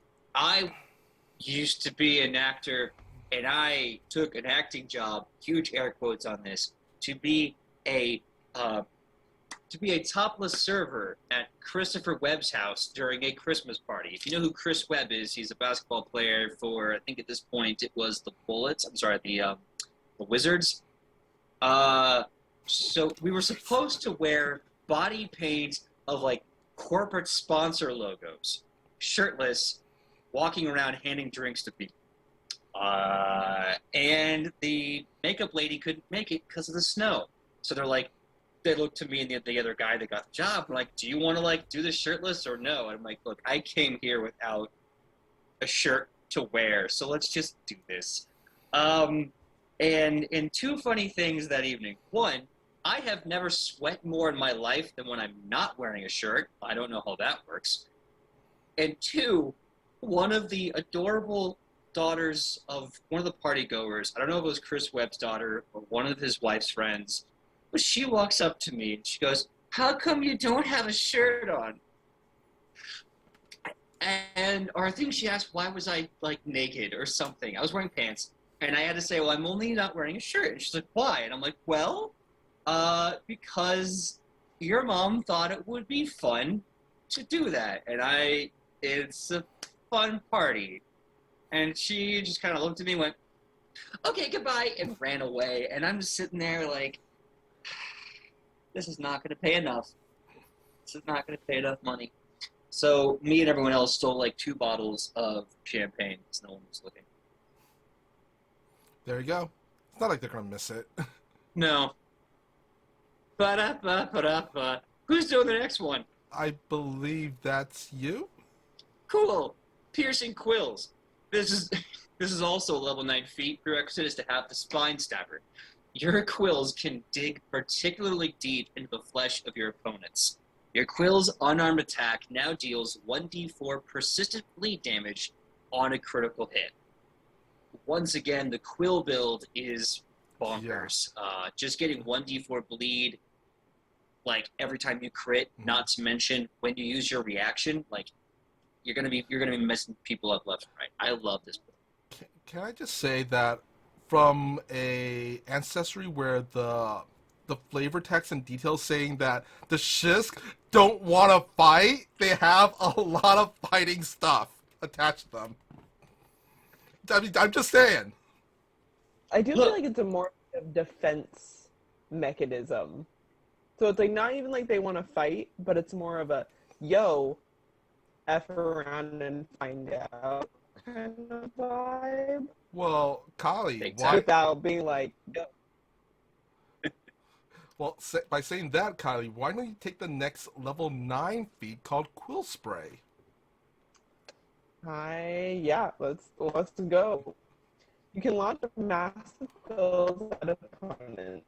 You spray quills in a 30-foot cone, dealing 5d8 piercing damage. Each creature in the area must attempt a basic saving throw against the higher of your class DC or spell DC. On a critical fail, a creature also takes 5 persistent bleed damage. At 11th level, and every level thereafter, piercing damage increases by 1d8, and the persistent bleed damage increases by 1. Still a defense mechanism, just like porcupines. But that is crazy. This is bonkers. Okay, so you get this at level 9 and at level 11, and then every even level, so every 2 levels, that's, let's see, 11, 13, 15, 17, 19. By level 20, you're doing 10d8 piercing damage, and the persistent bleed on the critical failure is now 10 persistent bleed flat damage. Yeah. This is exactly the same as like your weaponized like reaction, but now you're doing it on purpose. Yeah, thankfully the prereq is you have to be a Quill Coat Shisk heritage or have the Quill arm attack, and thankfully, at least for GMs, the frequency is only once per day.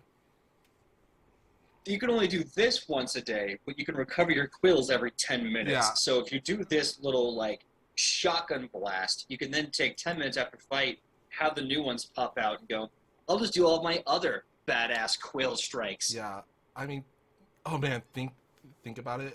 You could do this like every 10 minutes or once a round. Oh, how broken that would be. Yeah, Reap's like he's saying, it's the whole porcupine thing from earlier. And just as I say this, we get to Quill Spray. These are just porcu people. Yeah. Oh man, these people have like this ancestry has some of the coolest natural weapon attacks I've ever seen. Because like even the Kobold Dragon Breath is kind of okay. It's nice. It's nice. This is just like shooting spikes everywhere all the time. Yeah, they're the we don't want to fight, but if we have to, we're gonna F you up. Yeah. All right. 100%. I am gonna take the next feat, which is a level 13 feat called Delver.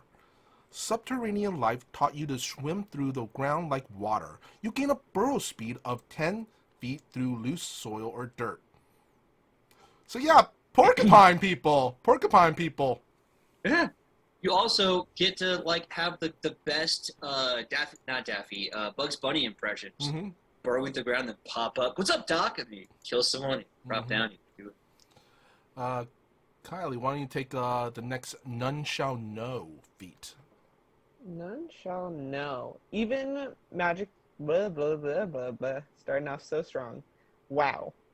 Even magical means have a hard time prying information from you. You gain non-detection as an innate occult spell once per day, which can only be cast on yourself, and it's automatically heightened to half your level round up. So it's automatically heightened. Mm-hmm. That's cool. Yeah. That is super cool. The non-detection spell is a level 3 spell that's arcane, occult, and primal. 10 minutes to cast, material, somatic, and verbal, range of touch, targets one creature or object, and a duration of 8 hours, so it lasts for a while. You erect protective wards that make the target difficult to detect via magic.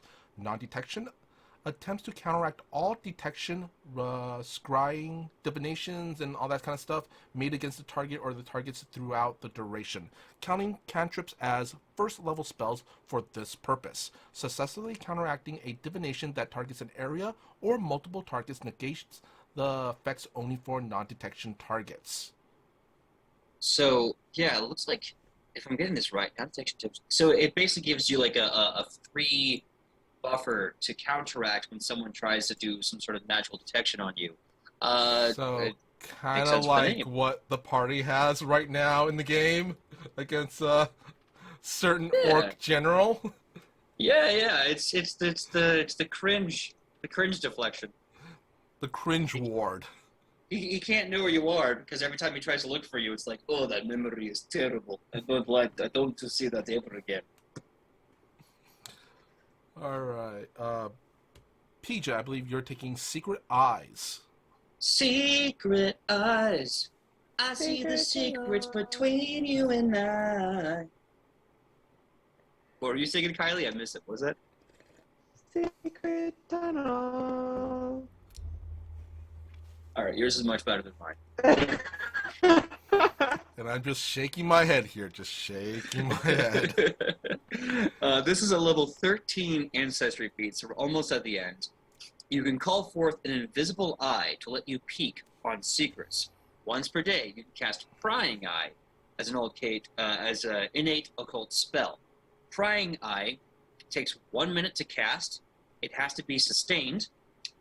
You can create an invisible floating eye, 1 inch in diameter, at a location that you can see within 500 feet. It sees in all directions with your normal visual senses and continuously transmits what it sees to you.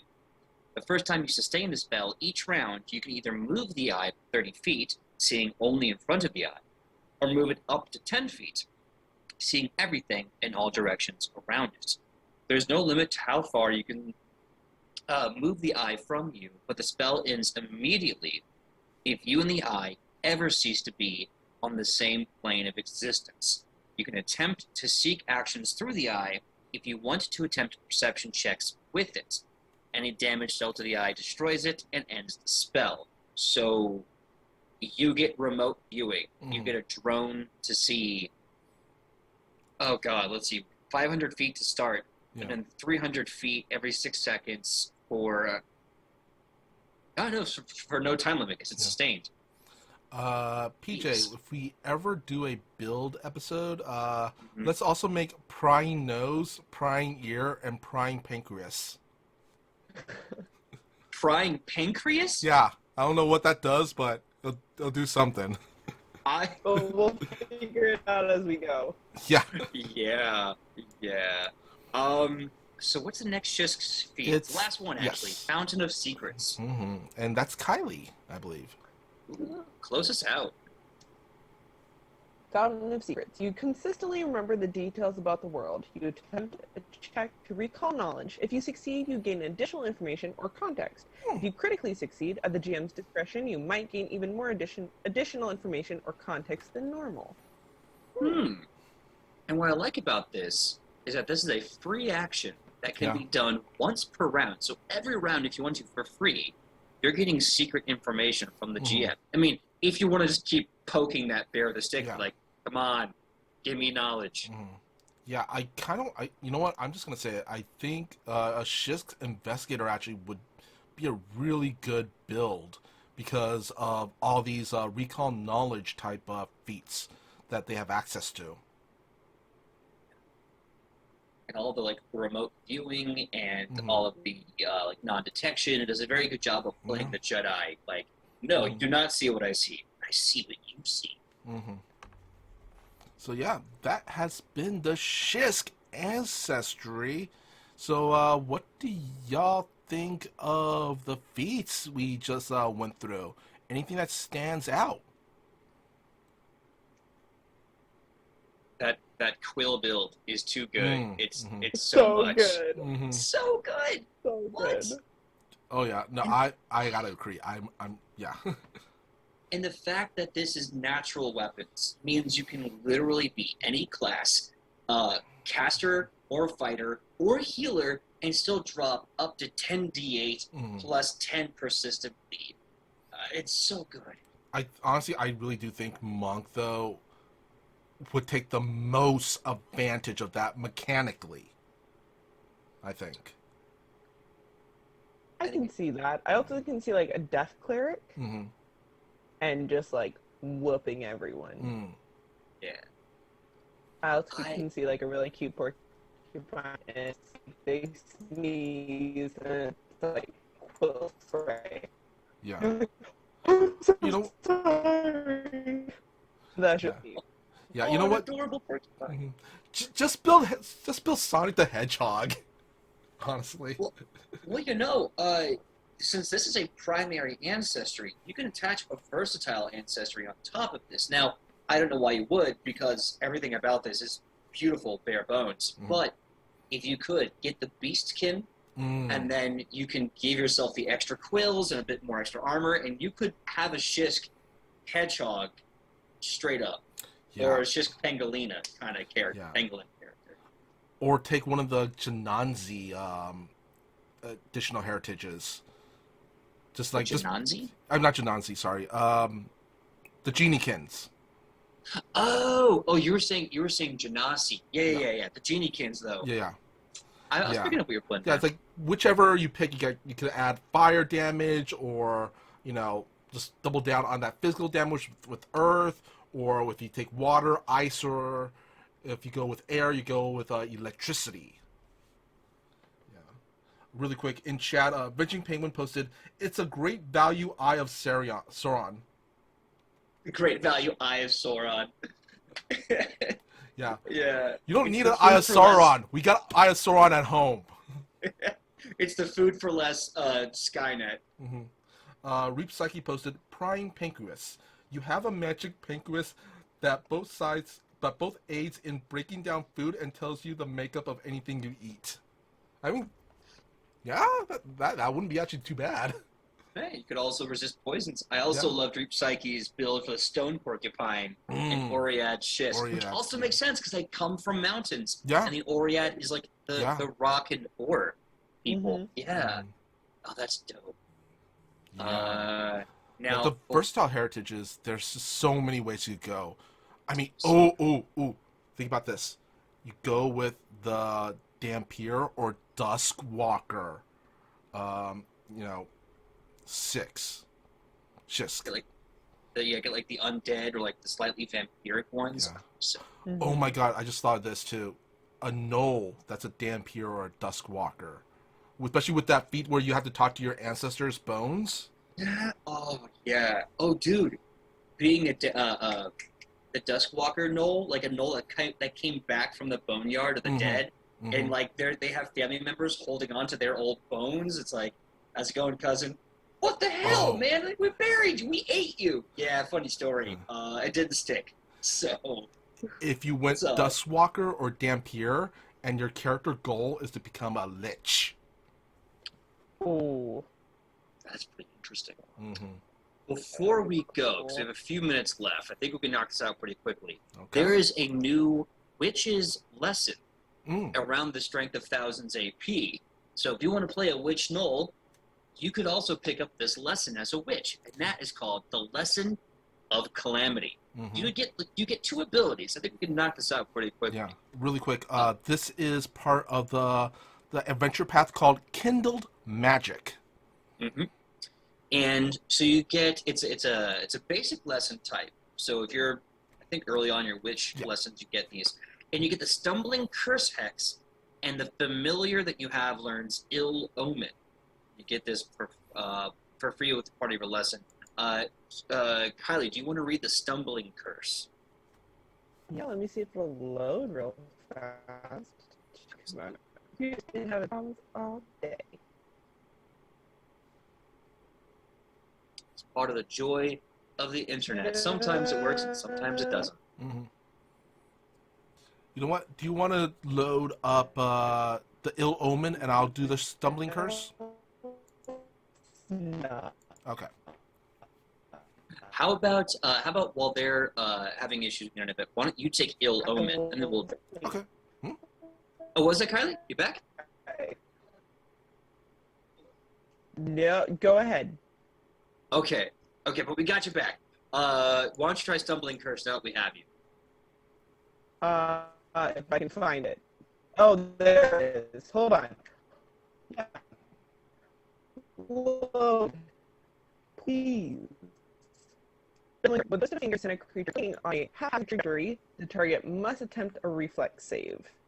Critical success, the target is unaffected. Success, the target takes a -2 status penalty to athletics and acrobatics checks.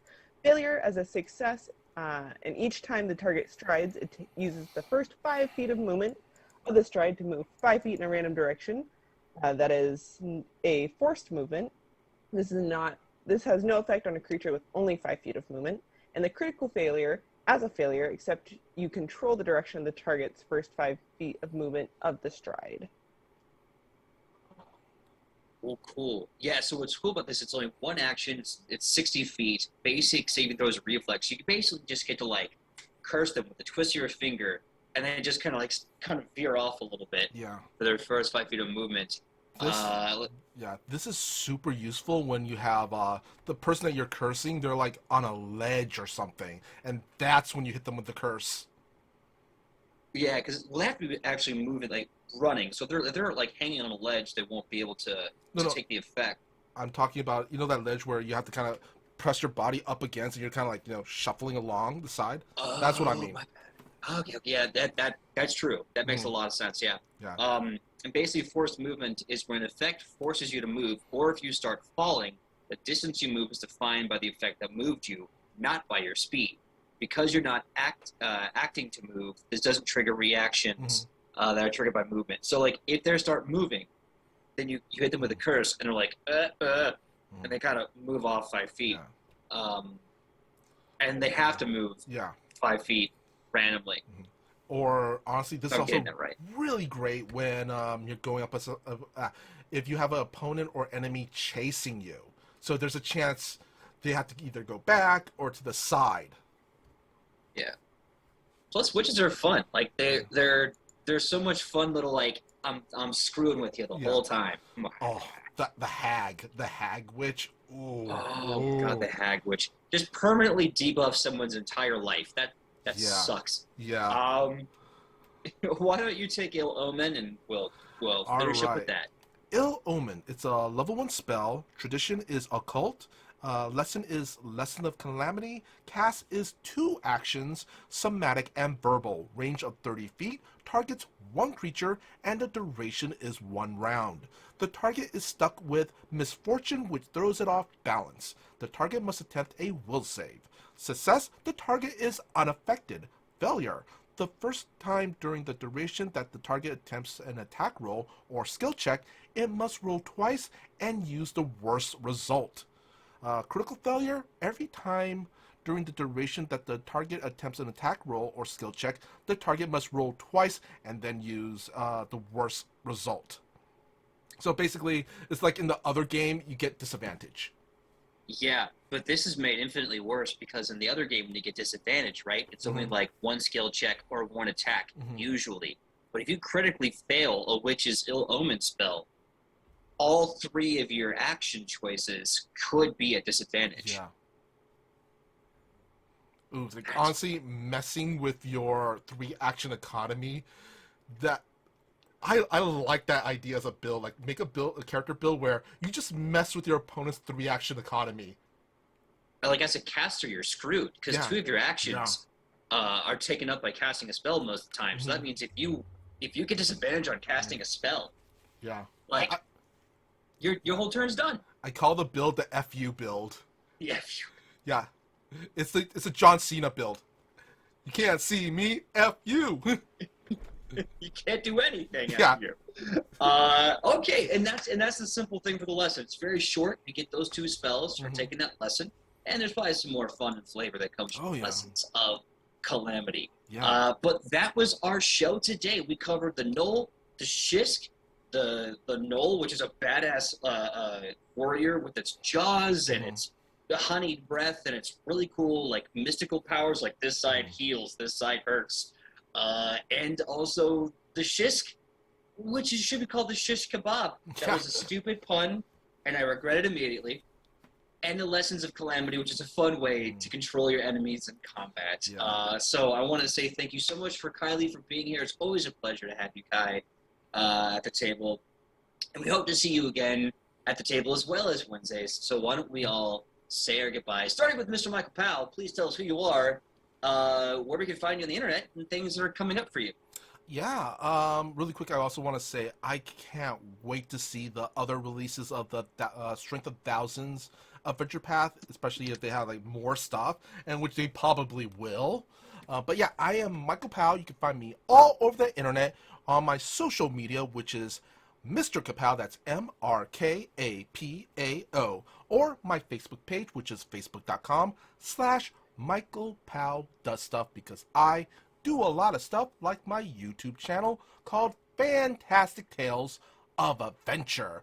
And see, you can also see me on Thursdays at Toyzilla Network here on Twitch for a show called Toyzilla Live, where I co-host and we talk about the latest in toy news and just go down a little tunnel of nostalgia. It's a lot of fun. Hope to see you there. Awesome. Now, Kylie, we love you. It was awesome having you here. Please tell us who you are, anything that's coming up, and where we can find you on the sweet, sweet internet. Yeah. Hi, I'm Kylie, or I go by Kai. It really doesn't matter at this point. On Wednesdays, I am right here with these wonderful people playing Edge of Legend. And on Sundays, I am here on Twitch at 8 a.m. Pacific Standard Time, playing a homebrew campaign with Asgard D&D Adventures. Twitch TV, whatever the handle is. But it's a lot of fun, and I play this sassy gunslinger. I am starting to come out with my own podcast. It's still in the works, but keep an eye on that. A lot of stuff will be all over the internet at Kai's Wonderful Life, whether it's Instagram, Twitter, TikTok, Discord, all that fun jazz. So, like, come check it out. Hell yeah! I guess last but not least is me. When I'm not here Tuesdays, 3:30 to 5:30 p.m. with today we got Kylie. But as always, Mr. Michael Powell. You can find me and Kylie and Mr. Michael Powell and Ian and Sam and Sydney doing Edge of Legend. And tomorrow night at Wednesday, 8 p.m. Pacific Standard Time is going to be the big 101 fight with Xanakin. And there's going to be some other fun surprises coming down that pike, so tune in to see it happen live. And we may have some other announcements coming up, some fun surprises, as well as a big twist for September and October's Halloween game coming up. So looking so forward to doing that with you all. Until then, we'll see you here, same Nat time, same Nat channel, at the table. Goodbye, everyone. Bye.